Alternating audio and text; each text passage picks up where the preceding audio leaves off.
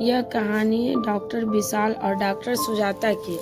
दोनों की पहली मुलाकात शिमला के एक मेडिकल सेमिनार में हुई थी। दोनों ने वहीं के एक मेडिकल कॉलेज में ज्वाइन भी किया। एक ही शहर में होने के कारण अक्सर दोनों की आपस में मुलाकात होती रहती थी। धीरे धीरे दोनों अच्छे दोस्त बन गए थे। वैसे विशाल के माँ बाप बचपन में ही गुजर गए थे। वह बिल्कुल अनाथ था। कुछ महीने के बाद विशाल ने शिमला में ही अपना खुद का एक घर खरीदा। एक दिन विशाल ने सुजाता को अपने नए घर पर आने का न्योता दिया। अगले दिन सुजाता अपने एक दोस्त के साथ विशाल के नए घर उससे मिलने गई। सभी लोगों ने चाय नाश्ता किया। फिर विशाल सुजाता को अपना घर दिखाने लगा। विशाल का नया घर काफी सुंदर और बड़ा था। अंत में वह सुजाता को अपने लैब रूम में ले गया, जो दूसरे कमरे से काफी बड़ा था। लैब रूम में कई छोटे बड़े जीव जंतु को प्रयोग के लिए रखा गया था। सुजाता ने विशाल से पूछा, यह सब क्या है? विशाल ने कहा कि आजकल मैं अलग अलग विषय पर एक्सपेरिमेंट कर रहा हूँ। देख लेना, जिस दिन मेरा एक्सपेरिमेंट सफल होगा उस दिन पूरी दुनिया मुझे साइंटिस्ट डॉक्टर विशाल शर्मा के रूप में जानेगी। विशाल की बातें आत्मविश्वास से भरी थी, पर उसकी बातें सुनकर सुजाता खिलखिलाकर हंस पड़ी और मजाकिया लहजे में बोली, हाँ साइंटिस्ट साहब, आपका एक्सपेरिमेंट जब सफल होगा तब देखेंगे। अभी आप हमें विदा कीजिए ताकि हम लोग समय पर ड्यूटी पहुंच सके। सुजाता को यह अब मजाक लग रहा था, पर विशाल को सुजाता की बातों का जरा भी बुरा नहीं लगा, क्योंकि वह मन ही मन सुजाता को चाहता भी था।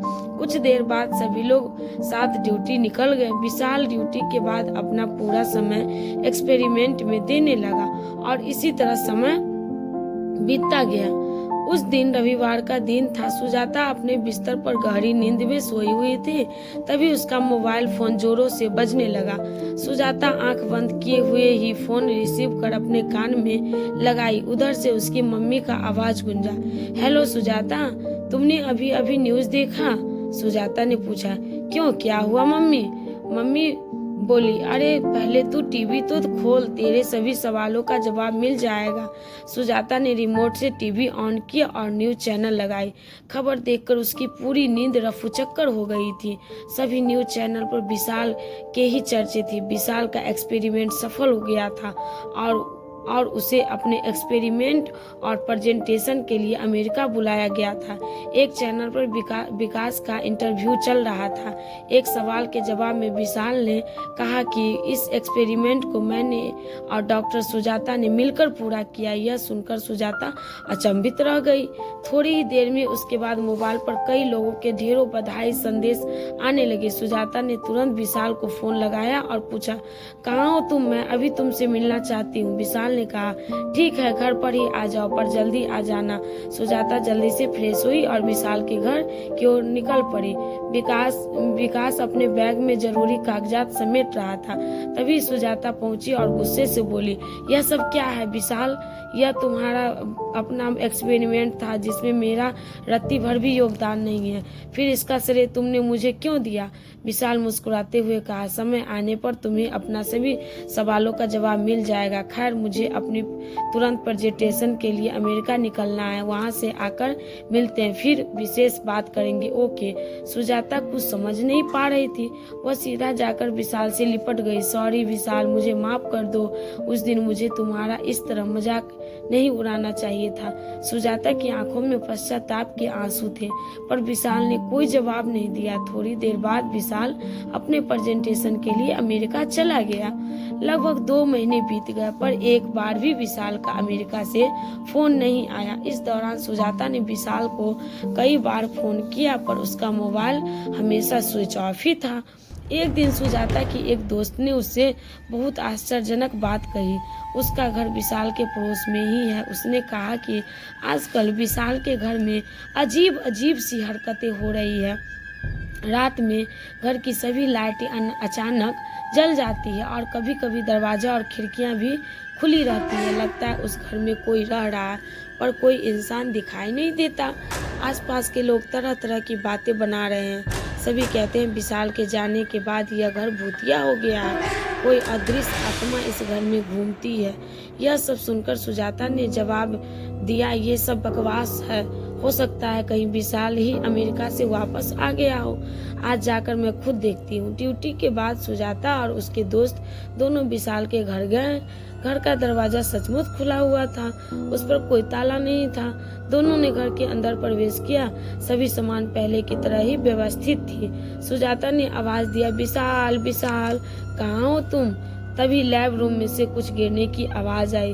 दोनों लैब रूम की तरफ गए पर वहां भी कोई नहीं था।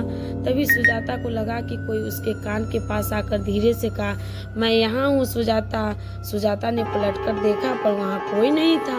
वह बुरी तरह डर गई और तेज कदमों से भागते हुए दोनों घर से बाहर आ गए। अपने घर पहुंचकर सुजाता ने विशाल को फिर से फोन किया पर उसका मोबाइल आज भी स्विच ऑफ ही था। सुजाता को जब विशाल की चिंता होने लगी, वह उसको याद करके रोने लगी। तभी उसके दरवाजे का डोरबेल बजा। वो काफी उदास मन से उठी और अपने आंसू पोंछते हुए दरवाजा खोली पर बाहर कोई नहीं था। वह वापस आकर फिर से वहीं पर बैठ गई और विशाल को याद करने लगी। तभी सामने से आवाज आई, क्या हुआ सुजाता, क्यों रो रही हो? सुजाता ने गर्दन उठा के सामने देखा पर वहाँ कोई नहीं था। वो फिर से डर गई और डरते डरते पूछा, कौन हो तुम?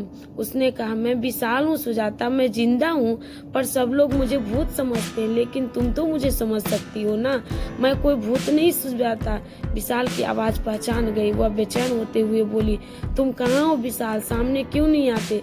आखिर क्या हुआ तुम्हें? विशाल ने जवाब दिया, मैं अभी तुम्हारे सामने सोफा पर बैठा हूँ पर अदृश्य हूँ। सुजाता व्याकुल होते हुए पूछी, यह सब कैसे हुआ? सुजाता ने बताना शुरू किया, अमेरिका में मुझे अपना प्रेजेंटेशन विश्व के महान वैज्ञानिकों के सामने देना था।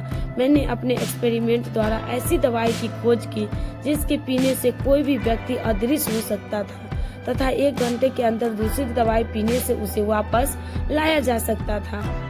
जानवरों पर मेरा प्रेजेंटेशन तो काफी अच्छा रहा पर मुझे अपने एक्सपेरिमेंट को किसी जीवित इंसान पर प्रयोग करना था, लेकिन अमेरिकन सरकार मुझे वहां के किसी भी जीवित इंसान पर प्रयोग करने की अनुमति नहीं मिली। मैं वहां तक जाकर वापस हार नहीं मानना चाहता था, इसीलिए मैंने वह प्रयोग खुद पर करने का निर्णय किया।